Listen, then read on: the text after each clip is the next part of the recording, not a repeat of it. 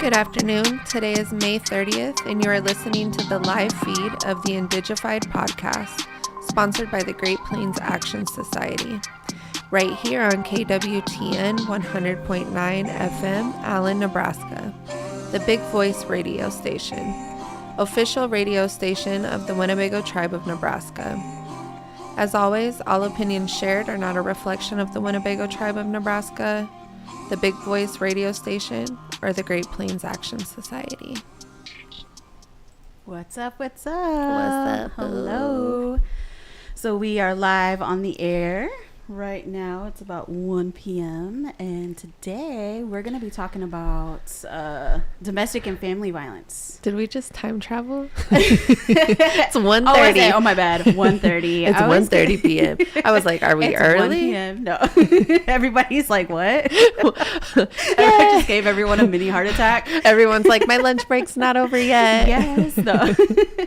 That's funny. I'm going to swing it back over to you to do the mental health check-in. Yes, before we do a mental health check-in, also we just need to, issue a trigger warning. We are talking about domestic and family violence. As far as how the conversation is going to go today, it's just kind of everything's from the heart and off the top. I definitely have experiences I can share. I'll try to be conscientious. Mm-hmm. Hey. Big word. No. Big word. I'll try to be conscientious. Okay, I can only say it once. I only got away with it once. As far as about like what I share in details, and most of that has to do with me and what I'm comfortable with versus what other people are comfortable with. But I definitely don't want to trigger anybody because as much as we like to think that domestic violence and family violence isn't that common, you'd be surprised how many people that have gone through it or are currently going through it. So yes. Mental health check-in. So you said that you're going to swing it back to me for the mental health check-in, but are you swinging it to me to ask you how your mental is, or is that you asking me how my mental is? However you want to take it. Miss Trisha, we had a long weekend. How are you doing, love? Oh, I am doing good. I'm actually in a really good spirit today. We did have a long weekend. So over the weekend, I collected some signatures in Woodbury County to redistrict how the Board of Supervisors is elected into their positions. Mm-hmm. And that's always fun. That was at the 11th annual Siouxland Asian Festival. So shout out to Peggy Law and Yetska and all the sponsors. I think State Steel, Seaboard. I mean, I'm sure there's more sponsors, but it was just a really awesome event. And I seen some Winnebago tribal members out there. So that was awesome to see. Then we had the sunset picnic. And what is that? Yeah, girl. Let me tell you about this picnic. It was, so I was asked by you to come and guest speak. And I also came with Samhar, who is, yes, I love Samhar Geber Keaton, who is the inclusive liaison for the city of Sioux City. And so that whole picnic was centered around empowerment and confidence, which is something that I've been working on. But I mean, like the empowerment piece, like I've always been about that. So so burn everything down to empower some people. No. But it was a really great event, and I really loved it.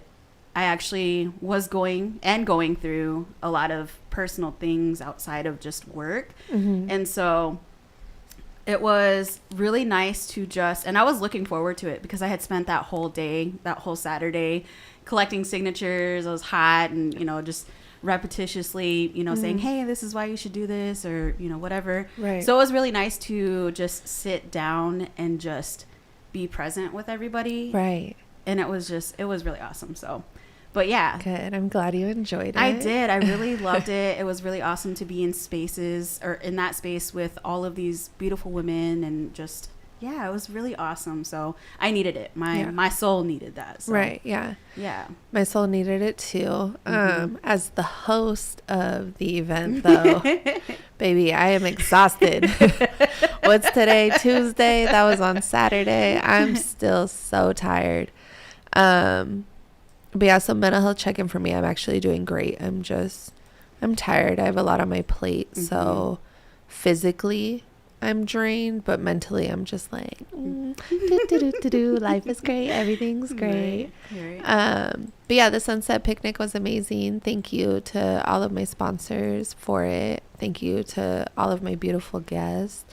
Big thank you to all of my beautiful speakers. You and Sem, really, like, I've had so many people reach out to me and be like, how do I get a hold of them? How do I get in touch with them? And I'm like, yes, like, every time I'm like, these are my greatest resources. Like, I mean that. Yeah. So I'm really proud to know you guys.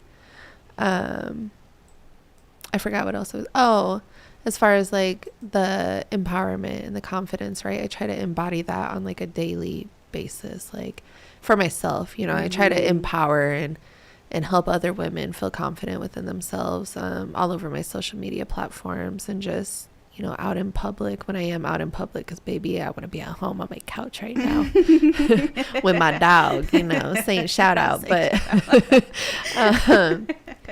yeah, so I'm really proud of it. It's crazy because as tired as I am, like my voice is like done.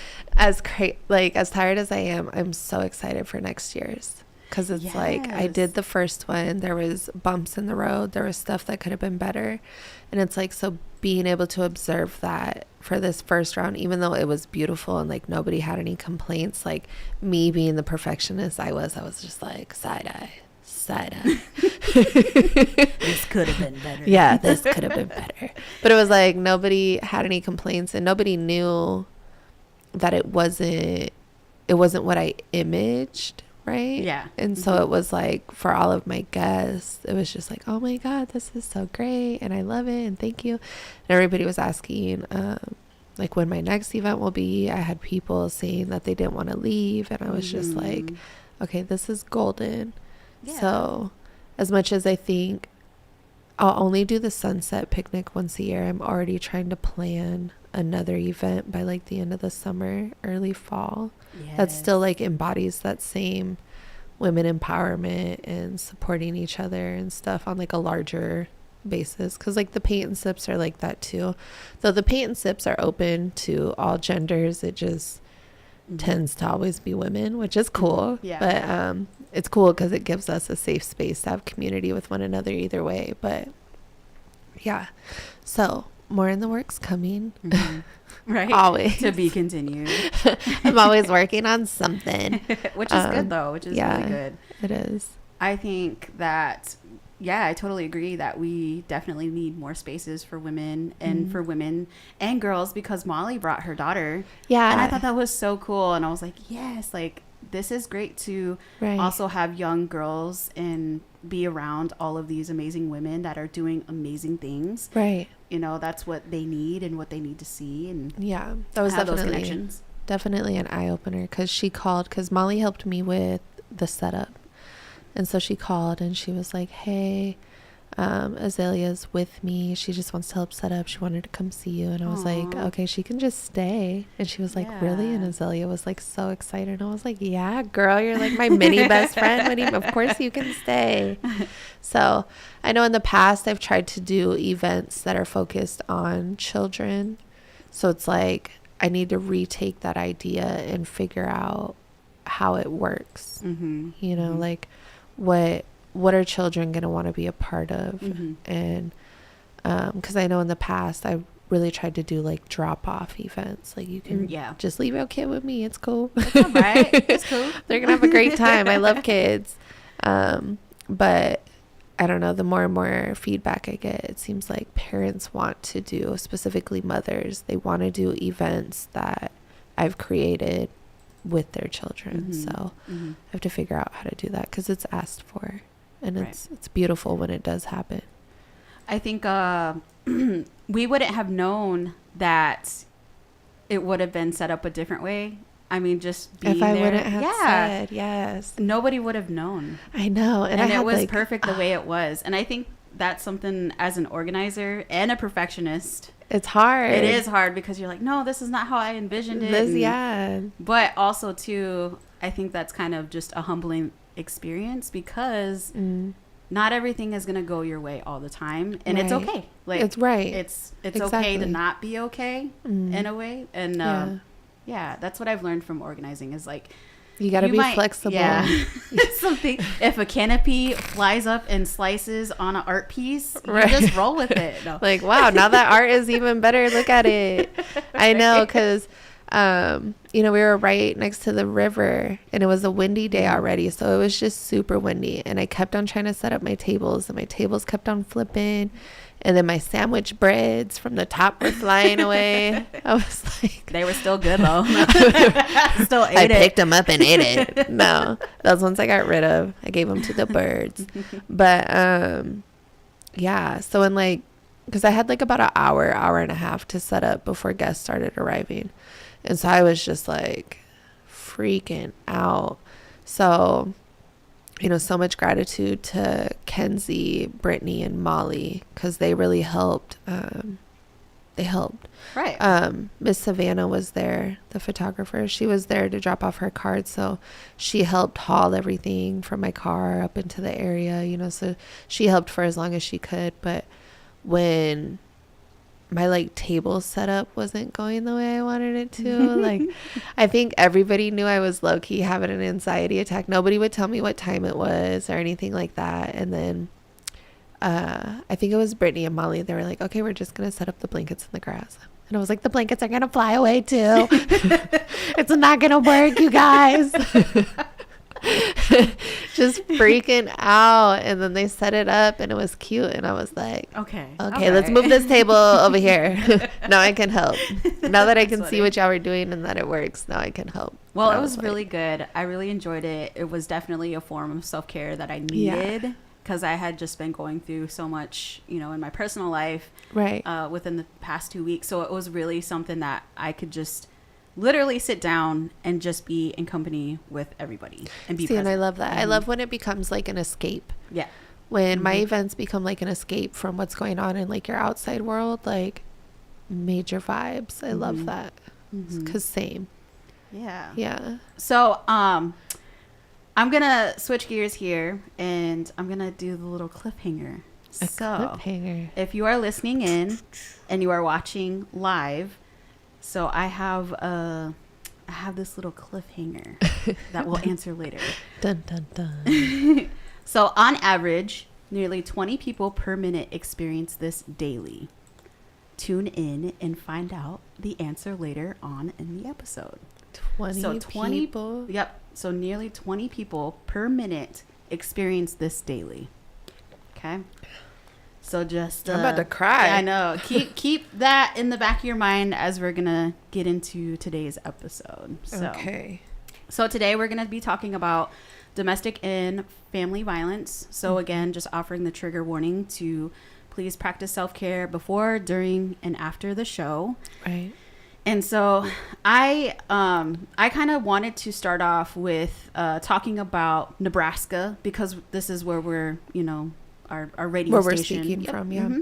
And so there's a lot of things that are in this state on a legislative level that is just really problematic, but also too, just as Native women, it's just a whole nother layer to add on to all the stuff that we are experiencing as Native women and girls. But also too, I want to have the conversation that domestic violence isn't just women, but it also includes men and two-spirits too as well. So is there anything that you want to start off with? Maybe a personal story, or, just, is there anything you want to open up with this episode with? That's okay. I mean, I have plenty to say, but I guess I'm already interested in the whole legislative aspect, because I'm like, girl, I don't know, teach me. All right. So we are in the Big Voice Radio is in Allen, Nebraska, and so that is a rural area. And then we're the studio here is in Winnebago, Nebraska, which is tribal land. Right. And so I had got a statistic that women in small, rural, and isolated areas reported the highest prevalence of intimate partner violence, 22.5% and 17.9%, respectively, compared to 15.5% for urban women. Rural women reported significantly higher severity of physical abuse than their urban counterparts. So, opening that fact up, Why do you think that is? Isolation. Yes. Yes. 100%. Isolation. Isolation. And that's something that is used by predators, whether it's sexual or domestic, sex trafficking. That is the number one thing that they look for. But also, too, the trust, building trust and like, you know, having a personal relationship or, you know, it takes time to build that. Right. And get to that point. But also, too, on a legislative level, so there is a law. So Nebraska has no law requiring the removal or surrender of firearms when a person becomes prohibited from possessing them due to domestic violence. And that's really... so they can be prohibited, but they can't actually forcibly take it? Yes. So I'm going to reference Giffords Law Center.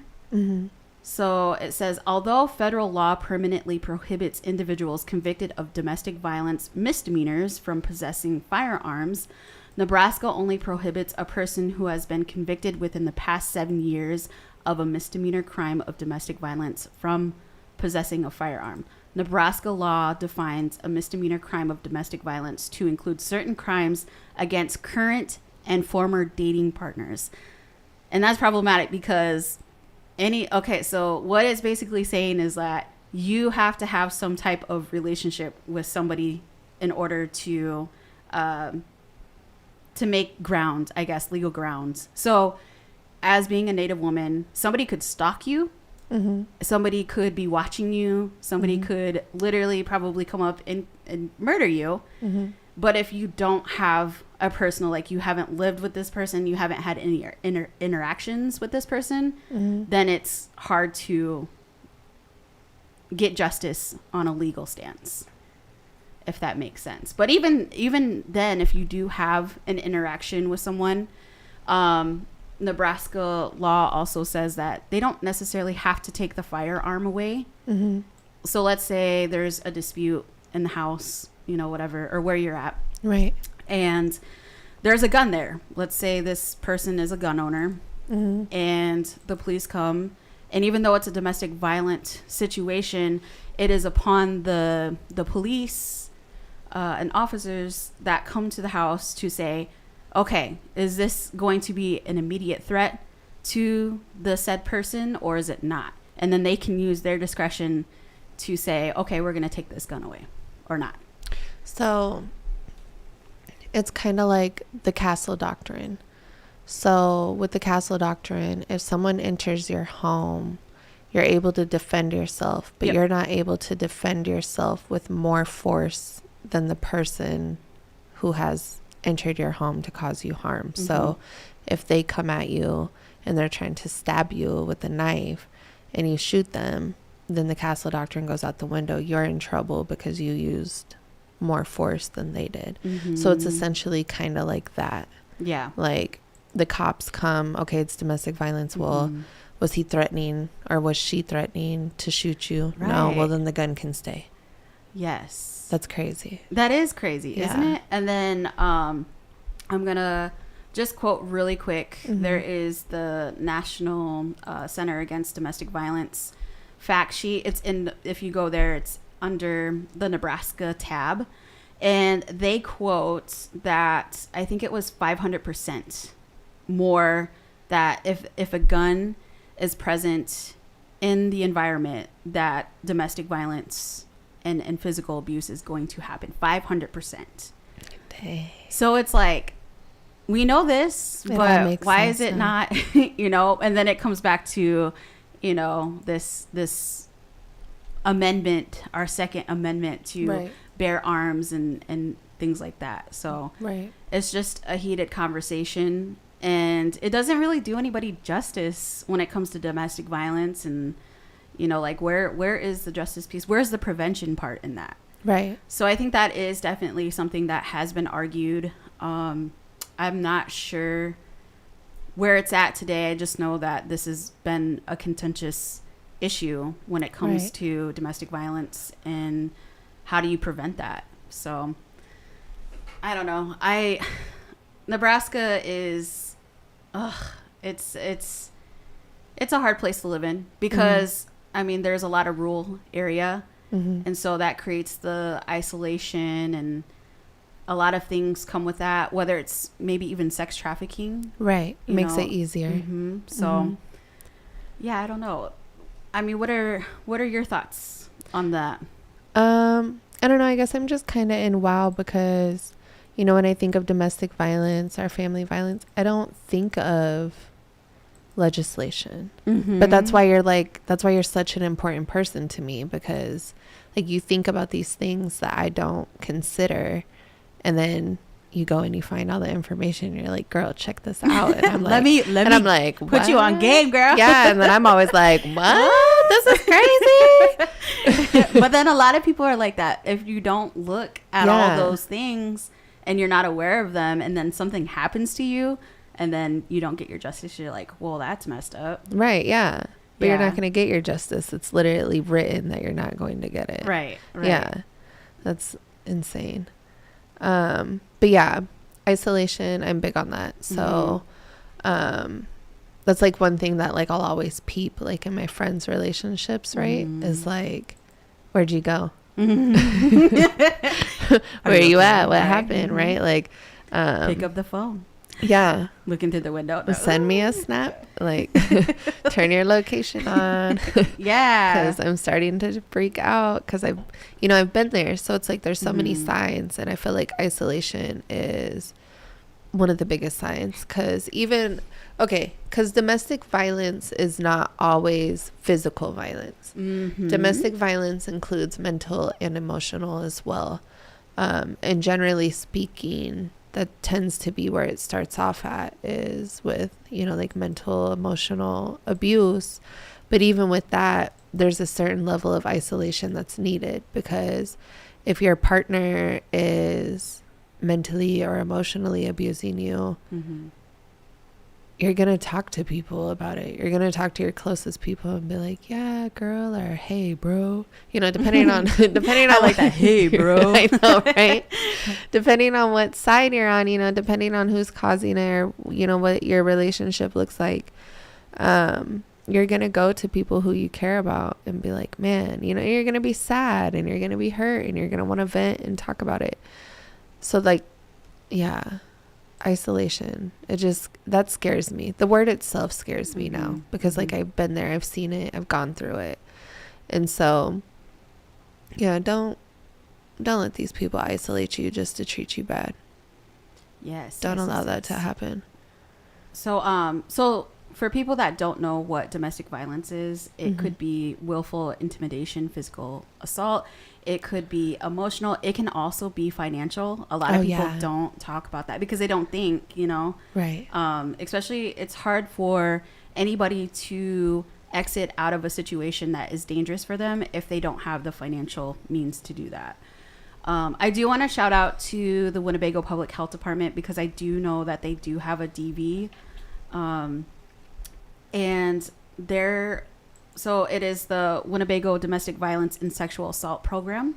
And it is a crisis intervention program serving victims of domestic violence, human trafficking, sexual assault, dating violence, and stalking. They provide safe shelter for victims and their children who are fleeing a dangerous situation through on-site housing, transitional housing, financial assistance, support groups, and intervention/prevention services. I like saying that, backslash. But I think that is so important, especially on tribal lands, but also just in general in rural areas. And I don't think that Nebraska has the adequate assistance when it comes to domestic violence.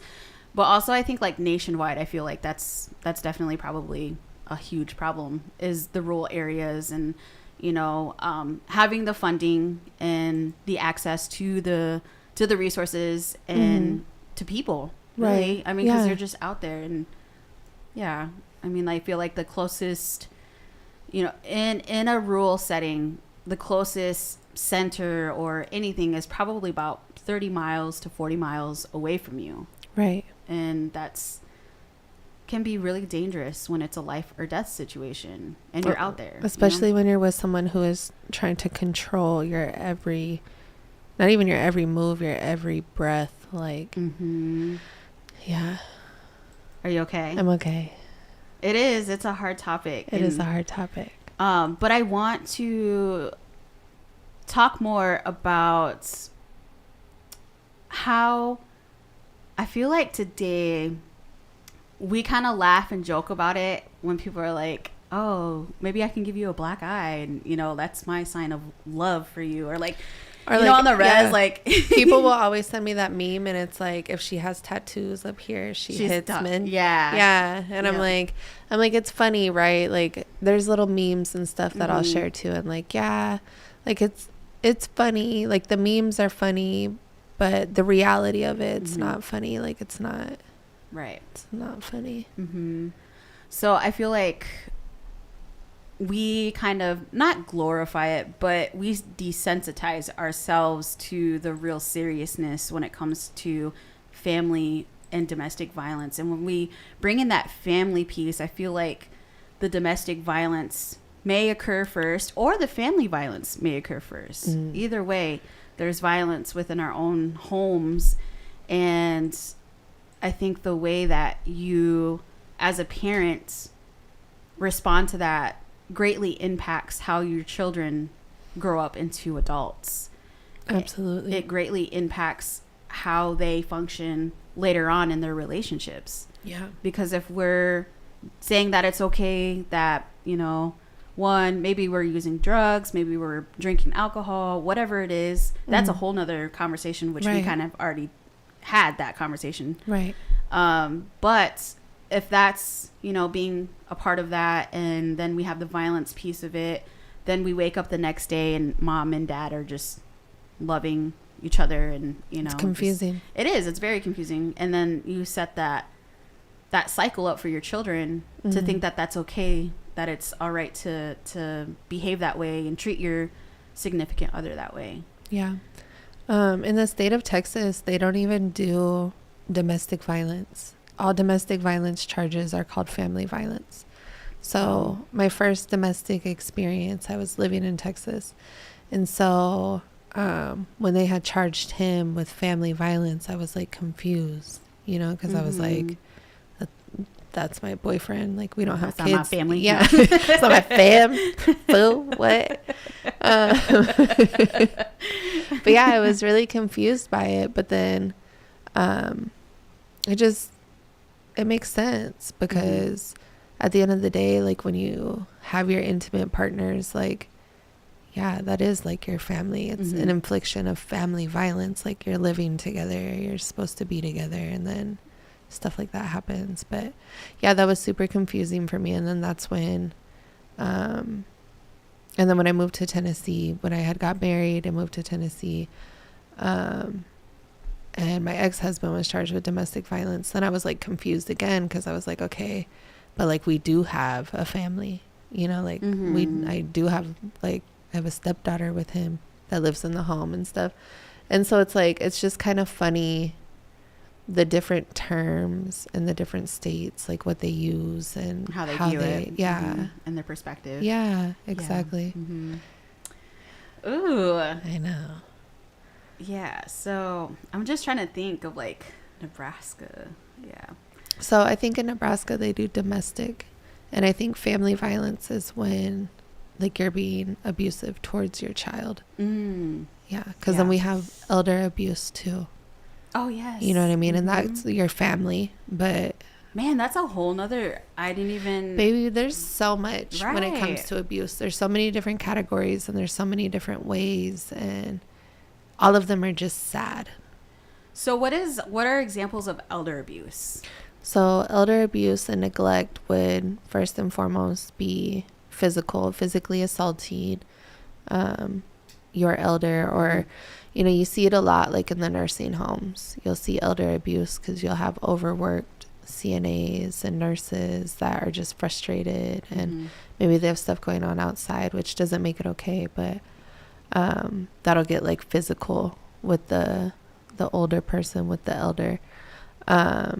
you see financial abuse of elders all the time too. They live on a set income, and someone will say that they're living with them, or like taking care of them. Volunteer to take care of like their financials, and then before you know it, this elder loses everything and doesn't understand why, but in reality stuff wasn't being paid for.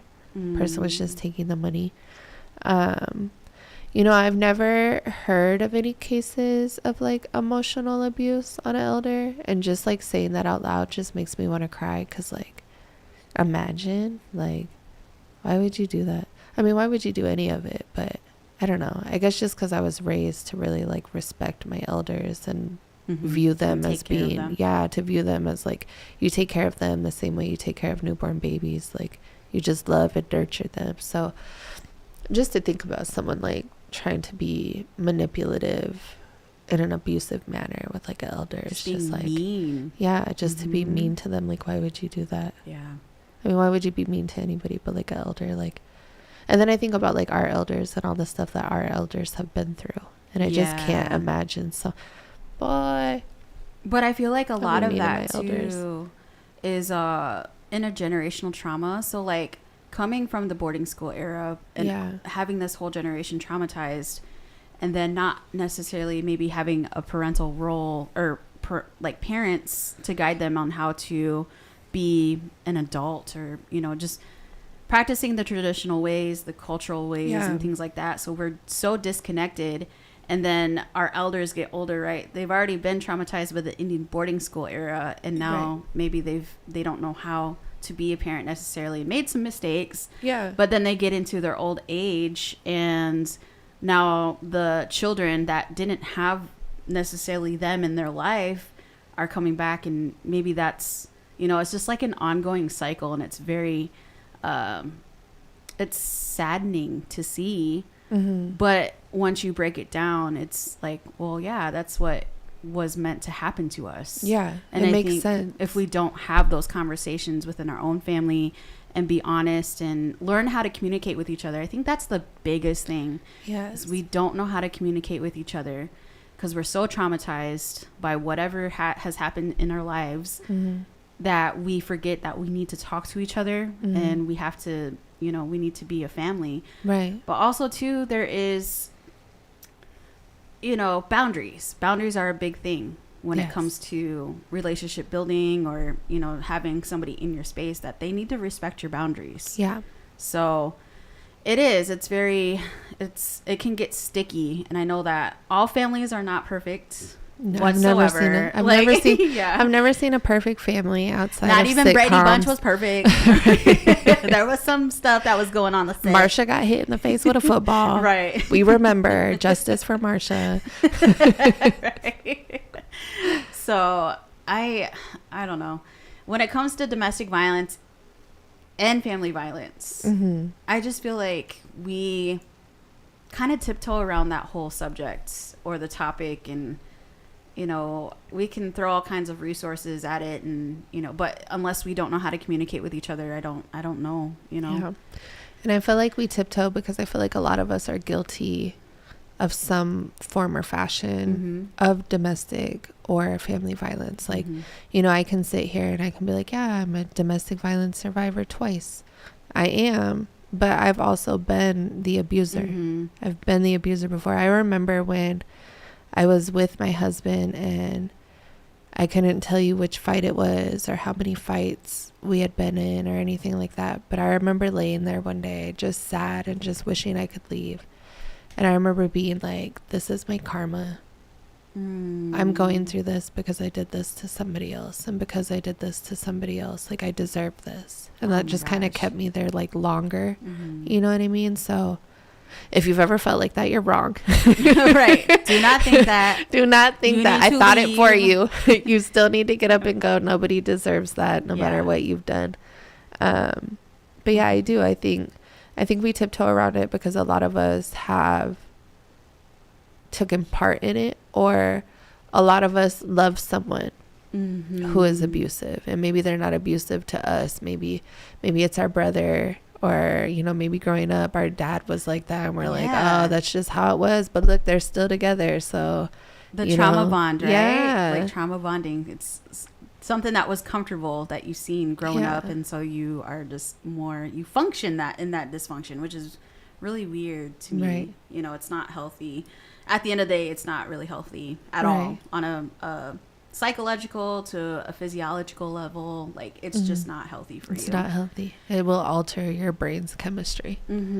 I think one of the experiences that I had, lived experiences, is I was with somebody who was mentally and physically abusive to me. And I don't know, like I had my baby Javon with me, and I was just going through a really hard time with this relationship. And I don't know, like I just woke up one day and was like, who am I? My house is a mess. My refrigerator looked gross. Right. And like, it was just little things like that. But it was because of the sustained abuse that I didn't pay attention to that. And it slowly just like snowballed. And I just woke up one day and I was like, what is going on? Like, this is not me. And I don't know, like, it was just that feeling of like, I need to get out. I have to get out of here. If I don't get out of here, something bad is going to happen. And not a lot of people, you know, get to that point. You know, it takes a while. I think, 7 or 8 times that it takes for someone to leave an abusive relationship. And to stay gone. Yeah. And then now, like, going through that, being in the positions that I am in, you know, advocating for justice and things like that when it comes to violence against women, it's hard because sometimes in the Native community, we have people that have been abused, and, you know, maybe something has happened where they're put into the hospital, and of course their family is so rightfully upset, and they want justice right away. They want this person to go to jail and all of that. And that can happen, but also too, at the end of the day, that person, your relative, may go back. Right. Because that's what can happen. It's the cycle. Right. It's a vicious cycle. So it's really hard to be in those positions because you want to advocate, you know what, you know, in your heart, you have these good intentions, but also too, it is ultimately up to that person if they want to go back. Absolutely. And it's just something that you have to sit back and, you know, just be there whenever your friends fall, whenever your relatives fall, whenever anything happens. Just be there non-judgmentally. You can't listen. Yeah. Yep. It's almost like with what I was saying about like addiction, right? Like, you just have to figure out how to love them in a way that's still healthy for you. Yep. I have people that'll come to me like all the time, right? Because I'm very open about do you say about my marriage when you're not married to that person no more? My past marriage, like my past life. Like, I would start calling it my first marriage. Like, I've had like 5. But I'm very open about my experience in my marriage, and I've always been very transparent about how much effort and energy it took and the extremes that I took to get out of that situation. You know, I didn't leave him and stay close to him. I left him. I got a 16-foot box truck. I filled it up while he wasn't there. I put my car on a trailer. I attached my trailer to that box truck, and I drove like 22 hours. You know what I mean? Like, I did some extreme stuff to get away because that's what I had to do, you know? And so I'll have people that'll come to me and they'll be like, hey, you know, my friend is going through this, and like, can you help them, or what do I do? And I'm always like, you know, I'm always down to help. I will go with them when they want to move their stuff out. There's power in numbers. Like, you know, whether it's a man being abused or a woman being abused, like, regardless, if you show up with multiple people to get your stuff, 9 times out of 10, the abuser is not going to act up, because generally they only act up when it's just you and them, because it's a power trip. But so I'll have people ask me that all the time, and you know, I'm always just like, you can do everything that you think you have to do. But the main thing that you have to do is that when they go back, that you don't give up on them. Don't give up on them. Don't walk away. Figure out how to love them in a way that's healthy for you. I feel like I should put that like on a sticker. This is like my second topic where I'm saying that, but it's so true. Like, I had so many friends that I had to give up on because I knew, you know, I knew that it was going to keep on being the same cycle. I had this one friend that lived like 3 houses down the street. And so when stuff would happen, I would run. I would when I could get out of the house, because I used to get like barricaded into my house. Like, I would be held hostage, girl. It was insane. But when I would get the chance to run, I would run. And that's where I would run. I would run to her house, and we wouldn't answer the door like if her husband was at home. And if her husband was home, then he would go out and he would talk to my ex-husband and like try to get him to calm down and like just leave me alone, let me stay there for a while until things cooled down. But eventually I had to push her away. Not just because I didn't want to keep putting her through that, but because it was to the point where he was gonna start causing problems with their family for helping me. You know what I mean? So it's like, as a friend, there's not a lot you can do. It's unfortunate because these relationships like this, very rarely do you meet that person that's the abuser and they're just abusive from the beginning. Like, I've never seen it happen like that. It generally takes time, and it's usually like after you're already in love with that person and you have these attachments, and then it's like, you know, it happens the first time and they're like, oh, that's not me. Like, I don't know what happened. I'm so sorry. And you believe it because you love them. But once that boundary is already broken, you can't get that boundary back. So, yeah. Yep. So for everybody out there, just remember that once that boundary is broken, you can't get it back. So once it happens the first time, just leave. Yeah. Just go. So earlier we started off with our cliffhanger. Dun, dun, dun. So on average, nearly 20 people experience this daily. What do you think it is?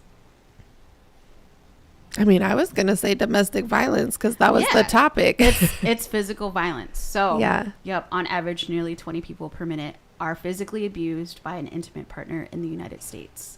That's crazy. 20 people a minute. So during 1 year, this equates to more than 10 million women and men. And that was just physical. For a year? For a year. During 1 year, 10 million. And there's like 7 billion people in the world. What's the United States population? I don't even know, girl. Hold on, I'll Google it. I'm watching our live anyways. I was thinking, okay, so this is physical violence or physical abuse. What would be the statistics if it was emotional abuse and financial abuse? I feel like we'll never know because, like, on a legal level, that part's not taken serious. It's hard the to assault. prove. Yeah, like physical or financial abuse is crazy. Like that was a weird thing for me to go through, but it just went hand in hand with everything. You know, like, this man wasn't just physically abusive. No, he was physically, emotionally, mentally, and financially abusive. I would get these bomb jobs, and then eventually, like, he would sabotage them to the point where, like, I would have to leave them because I would constantly have to call out because I would have to leave, because if I didn't leave and I wasn't home in this amount of time, then all my stuff was going to be outside. Just crazy stuff, right? Yeah, financial abuse is like, I didn't even realize that's what I was going through when I was going through it. And it's hard when you're married. Yeah. Because then it's like, legally, this man could probably just take all your stuff and be like, well, she said that I can, and you'd have to, When you get married, it's a whole different game when it comes to financial. Be careful who you marry. Make sure you really know the person you're marrying before you marry them. Prenup? No, I'm just kidding. Get a prenup, too. Get a prenup, no. In my next marriage, I will get a prenup, so to all you guys in my inbox, just know that. Just so you know. My first divorce was out of line, but I was not willing to fight. United States population is 332 million. I had to count the commas. Dang. So 332 million. So 10 million people in a year. Man. Experience. Yeah. You know, I don't know. To me, that's like 10%, but really 30 would be 10%, right? So that's 5% of our population. It just seems like there'd be, I don't know. But it's crazy because, like, you say 5%, and that sounds like, oh, that's not that bad. Well, 5% of 332. That's a lot of people. Million people. That's right. insane. And then 20 people a minute. Per minute. Per minute. That's crazy. That's a lot of, right? Oh, my God. There's 60 minutes in an hour. What's 6 times 2? 12? That's 100. Girl, you said, I don't know. That's 100. Like, that's you're trying to do math and stuff. I'm like, I know. I'm just trying to stick to the main topic. Like I was a mathematician or something. But no, yeah, that'd be like 120 people in an hour. Sure. Maybe. I don't know. Let me do the math. I got a calculator. Okay, it's 20 people per minute, right? 20 times 60. No, that's 1,200 people per hour. A lot of people. I had 1 0 off. Shout out to my math teachers. They tried their best. I was just like, you know what? I give up. I don't know. I knew there was a 12 in there because 6 times 2 is 12. I just didn't get the zeros right. Anyways. Way off. So, I'm trying to think here. I'm looking at some statistics here. We already know that women are largely targeted, or they're targeted the most, but also men are targeted too as well. So domestic violence in Nebraska, we have 33.7% of Nebraska women, and then 28% of Nebraska men experience intimate partner physical violence, partner sexual violence, and stalking in their lifetimes. I do want to talk about men being abused, because I feel like, yes, women do get abused, but also there are men that also get abused, and we don't talk about that a lot. And I just feel like, too, I don't know, because I feel like when it comes to feminism, like, I'm all for women empowerment. Yeah, absolutely. But also, too, like, I don't want to not include men victims in that, you know, because I just feel like, I don't know, some folks, you know, they really hound, like, no, it's women that, you know, are abused, and that's not to say that they aren't. Right. But men also too get abused. I think it's easier. I think women are more vulnerable to be abused because there's a natural physiological advantage for men to be abusive towards women. But men are definitely abused. Yeah. I feel like there's is not to say that they don't get physically abused, but it's a lot more of like the emotional, like the psychological abuse. And I know some really great fathers that may have not chosen the best partners to have kids with, but I feel like kids also get stuck in the middle of everything. Kids definitely get stuck in the middle, and that sucks. Yeah, because they're so innocent and perfect. Yeah. So I guess on a man's perspective, I can't really speak from a man's perspective. I've just seen where, you know, I do see women that will, you know, say nasty things and slap, you know, pull hair, scratch, and, you know, just really, really hurt, you know, maybe they're together, maybe they're not. I don't know. But, yeah, I just, it's really hard to see that.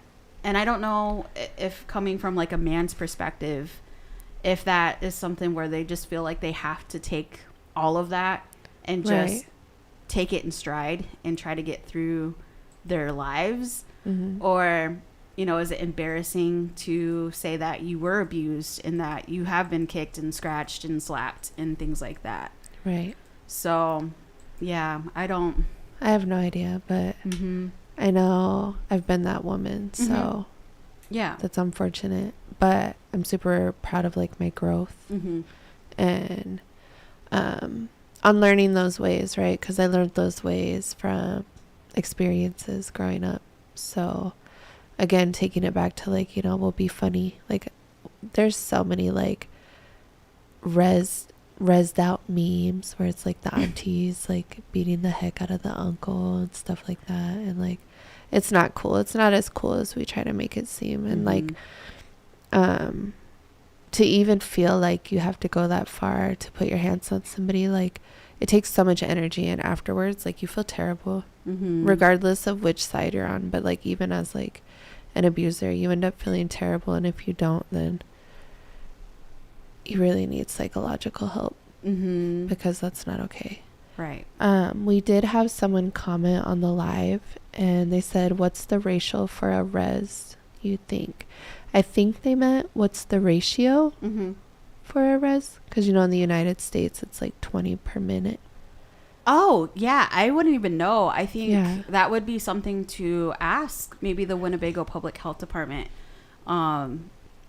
So that's something that that can happen at the MMIR powwow. We'll kind of try to get that kind of information, because it would be interesting to see how on tribal lands how prevalent domestic violence is, and with both, because I feel like doing the work in MMIR, you hear a lot of things, like a lot of the events that I've planned, a lot of things come out of the woodwork that you don't know about, and you're like, what? Yeah. And so I don't know, I feel like my lived experience with MMIR work and with the reservations is that it's about equal when it comes to men and women, because as far as gender, because a lot of that too is like financial, the emotional piece of it, the physical obviously will always take the main stage. So I do want to so there are signs that you can look for. Yes. So do you know of any signs to look for?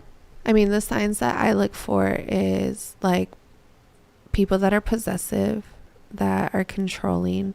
So people that are like, oh, I don't want you to wear this, and not even I don't want you to wear it. Like in the beginning, it'll be like, I don't want you to wear this, but later on down the road, it quickly becomes you can't wear that, or you can't go out with your friends. So the isolation, right? So possessiveness, controlling, isolation.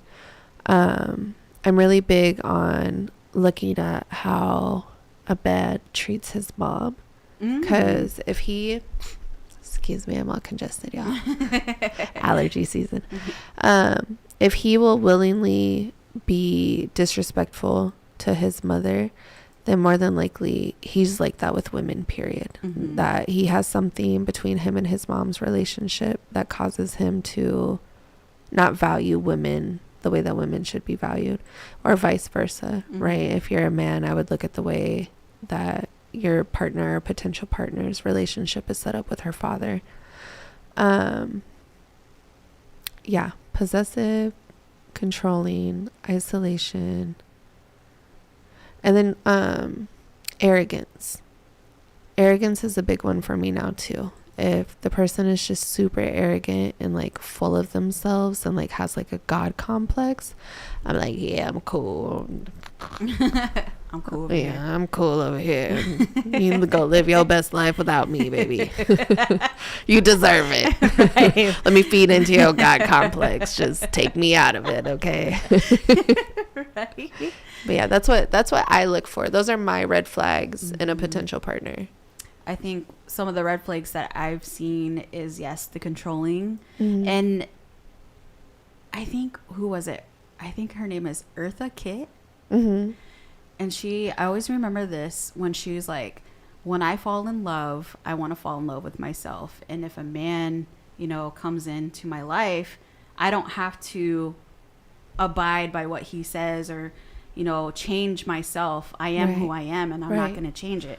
I fall in love with myself again and again, and I want somebody to fall in love with me as I fall in love with myself. Yeah. And I'm just like, such a beautiful soul. I'm like, yes, girl. Yeah. Yes. Because no, like, I'm not going to change myself. I'm not going to, this is who I am. And if you don't love me for who I am, then you don't need to be around me. Absolutely. So period. No. Period. Period. And that's on period. But some of the red flags that I've seen though is, just the controlling, the possessiveness, again, if you are being hit, if you are name calling, anything like that, just reevaluate that whole situation. It's not to say that this person can't go to counseling. That's if they want to and if they need to. Obviously, if they're acting that way, they should probably go to therapy. Right. But also, it's not your responsibility to help them. Nope. They should be able to do that on their own accord because they should want to become a better person and a better partner. Right. But at the end of the day, again, it's all about you and loving yourself, because at the end of the day, you are there by yourself with your thoughts, and that's truly, you gotta love yourself enough to say, nope, I'm not gonna deal with that. Put your boundaries up. It did take me a while to get to that point, though. I'm still working on it. Yeah, so it's not like you can do this and whatever. It's just, it's unfortunate that we have to deal with domestic violence and things like that. But there are people, y'all. There's people, y'all. There's people. You sound like me now. There is some people. There's some folks out there. There are people. There are resources. There are organizations. So again, here in this area, there's CASA, so the Center Against Abuse and Sexual Assaults. There is Project Beacon, which is in Omaha, Nebraska. There is the Nebraska Coalition to End Violence. There is, the Winnebago Public Health Department again. Yeah, which is beautiful. Yeah. So, and also too, sometimes it just takes that one person, that one relative, that friend, where you can, tell them that you need help and they're able to help you. So, and again, shout out to those parents and grandparents that will always let you come home. For sure. Yeah. Okay, so next week we are going to be talking about advocacy. Is that correct? Yeah. Vanessa, are you watching? Are you available next week, babe? We need to know. So you can find us on Spotify, Google, and Apple Podcasts. We're on TuneIn, YouTube. There's one more, iHeartRadio. So that's it for this week. Thank you so much for watching. See you.